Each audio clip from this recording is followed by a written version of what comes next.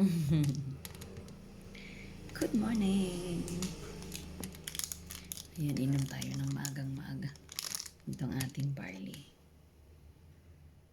Ang aking superfood. Ayan. So, ito siya. Timplado na, pero hindi ko pa nahahalo. Haluin natin. Ayan.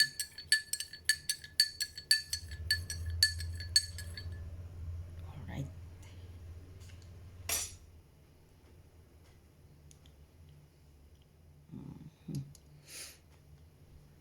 Ito na ang ating superfood. Mahusay ito sa lahat ng sakit. Why? Ito ang nakatulong sa acute gastrointestinal ko na for 15 years. Sobrang sakit. Severe po yung sakit niya na mauospital at mawawalan ka ng malay. Pero dahil dito at sa pag-inom ko nito ng ilang taon, no? 2.5 years to be exact. Kasi once a day lang po yung pag-inom ko. Ang buong akala ko doon sa sakit ko na yun, hindi mawawala. Kasi inisip ko parang rayuma siya na kasama ko na lifetime. Na mawawala lang siya pag nawala na ako sa mundo.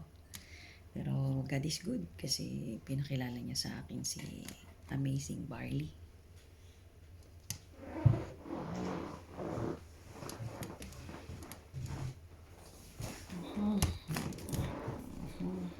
Ayan. From this company.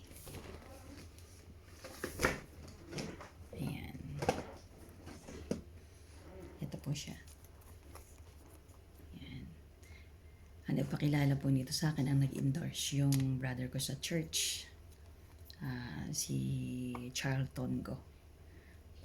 Kung saan hindi ako naniwala ng una.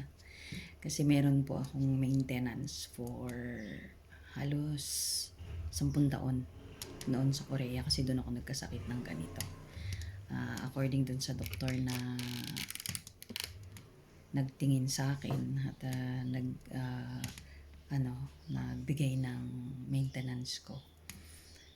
Sakit daw ito na galing sa stress.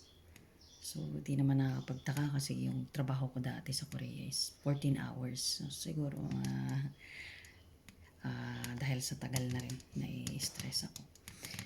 Pero ang doon, ang maganda kasi hindi pa pala. Nung ako'y nasa Korea, halos 10 years, everyday maintenance, iniinom ko. Tapos pag hindi ko makaya yung pain, meron pa akong extra. 8 silang lahat. 7 yung tinitake ko at 1 yung injection. Pag hindi ko na makaya, injection sa puwet. Nawawala naman yung pain pag ini-injectan ako. 15 minutes. Pero after ng effect ng gamot, wala na naman. Balik na naman. Masakit na naman. Saka halos lahat ng pagkain puro sa tingin ko bawal kasi pag lumapat yung pagkain sa tiyan ko talagang severe ang nararamdaman kong sakit. Nilalagnat nga ako madalas dahil doon sa sistemang ganon. Kaya I choose na kumain na lang ng lugaw na may konting asin, patatas. Hindi na ako makakain ng mga ulam na yan na kagaya ng maasim, manghang, mantika, bawal din sa akin kasi pag kumakain ako ng pinirito, nagtatae. Tapos yun namang maasim, namimilipit ako sa tiyan, sobra sakit. Ganon din naman yung maianghang. Kaya lahat ng paborito ko kasi ako po isang Bicolana, taga-Daet, Camarines Norte ako. So, napakahilig ko po ng manghang dahil kami po,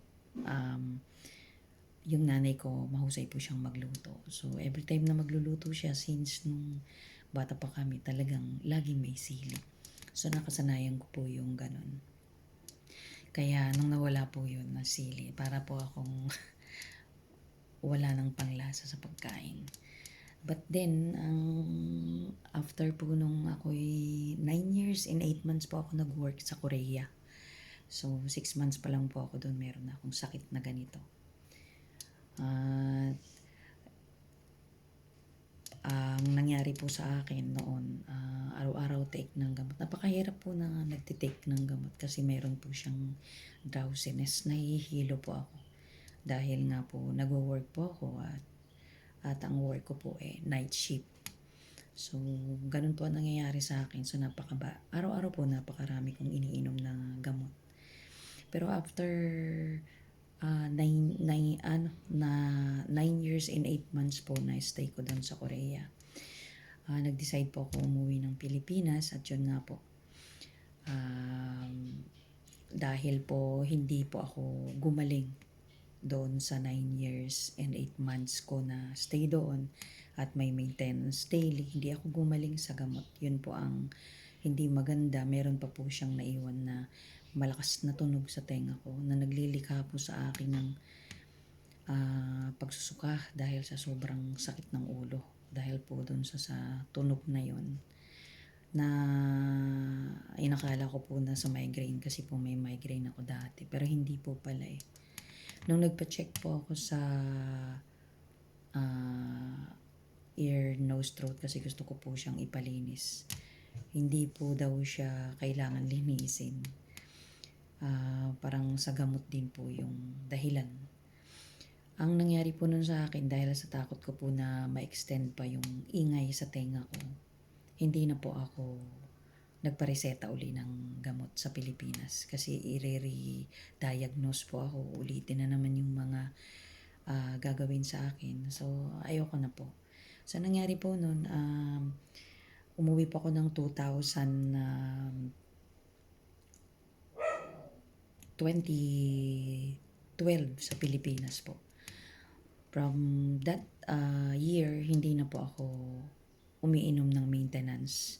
So, ang ginagawa ko po nun kapag inaatake po ako, kasi halos weekly po inaatake ako. So, ang ginagawa ko na lang po yung Malox po. Umiinom po ako nun, yung suspension. So, pag hindi ko po makaya yung pain talagang, yung isang bote po ng suspension na gano'n, hindi ko na po matandaan kung ilang ml yun. Iniinom ko po siya lahat. So, parang, ayun po, 24 hours po akong tulog. So, pagising ko po, himas-mas naman po, nawala, success. Pero pagka kumain na naman po ako, gano'n na naman pa, ulit-ulit po. Nagdaan po uli ang another 5 years, gano'n lang po ang system na ginagawa ko. Hanggang nakilala ko po yung brother na nag-endorse sa akin sa church nito 2017 po.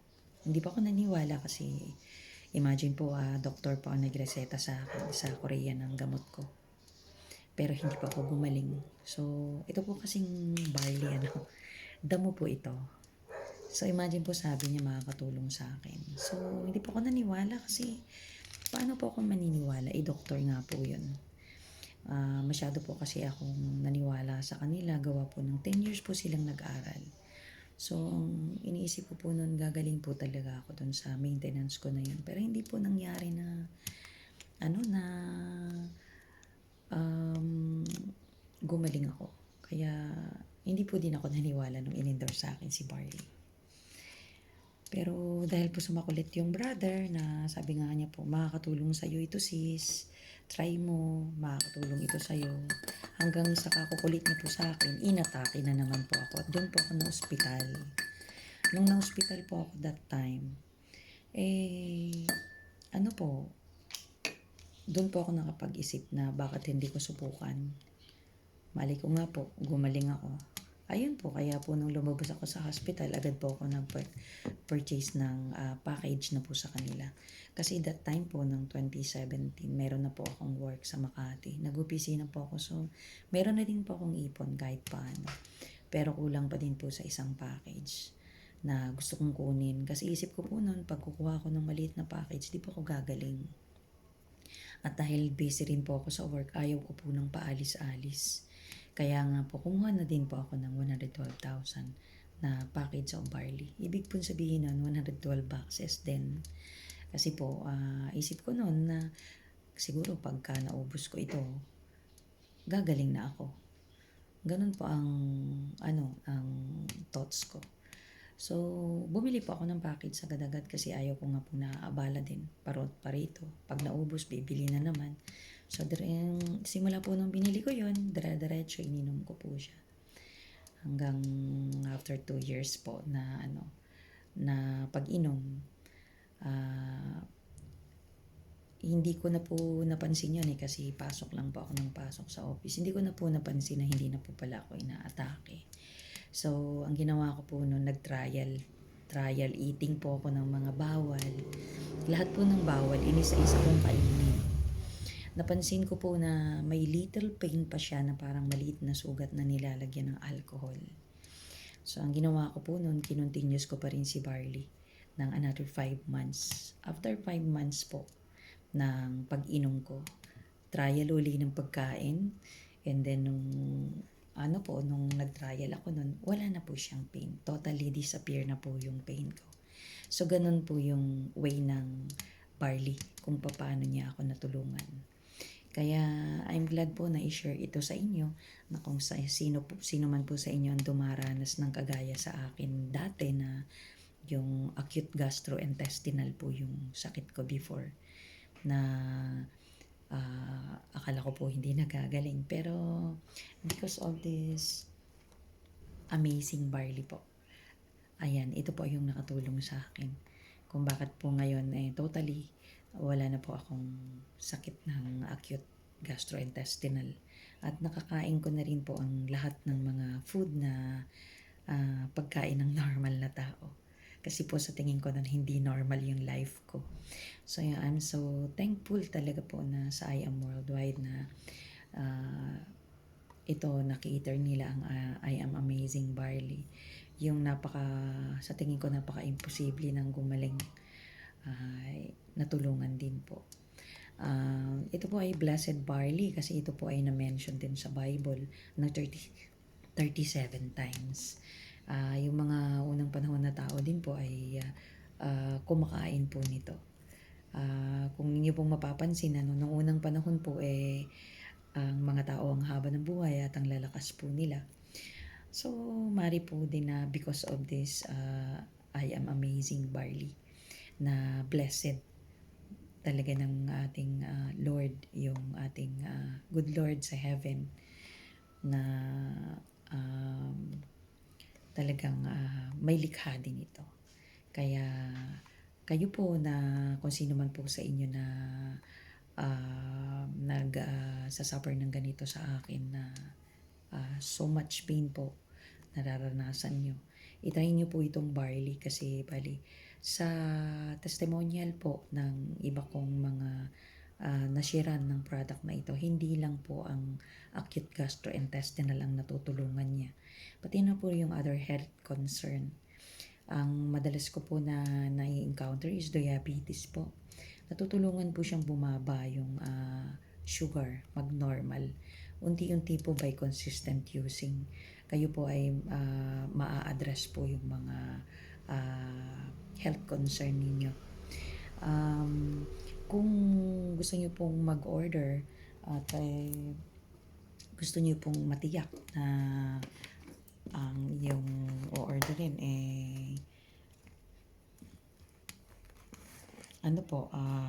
legit na barley kasi po napakaraming lumalabas ngayon na barley na hindi legit. So ito po yung aking ID. Ako po si Arlene Caballero. Ayan po. So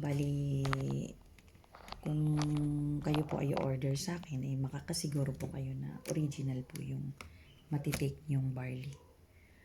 So ayan, ang tawag dito.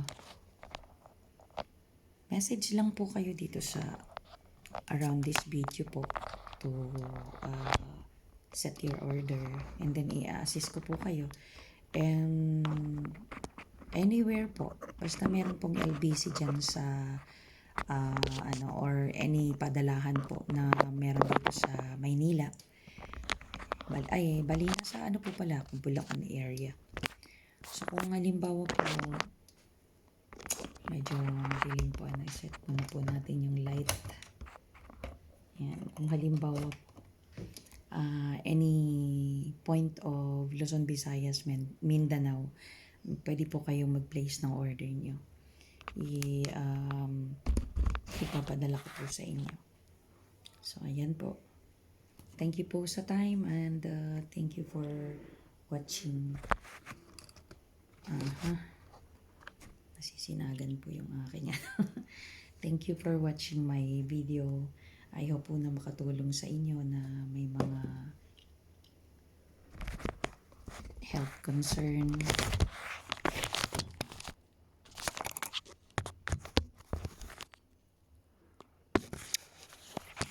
So, ayan.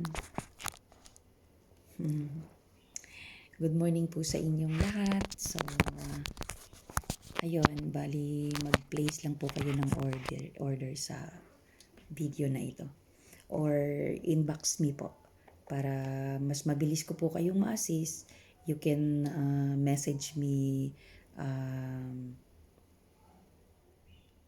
sa 0908-8987-765. Thank you po. That's all po. So, bali kung alam niyo po, gusto ko lang po i-share sa inyo sa tao po pala, mas mahalaga po yung health natin kasi po sa karanasan ko po, stock up po dahil sa sakit. So, kung may mga health concern pa po kayo na minor pa lang sa ngayon, i-barley nyo na po agad. So, bali po kasi ang barley is detoxifier din po siya. Kung meron po kayong mga toxins sa katawan na gusto nyong malinis, ay pwede nyo po rin itong inumin. 2 months time lang po ang detoxifier natin.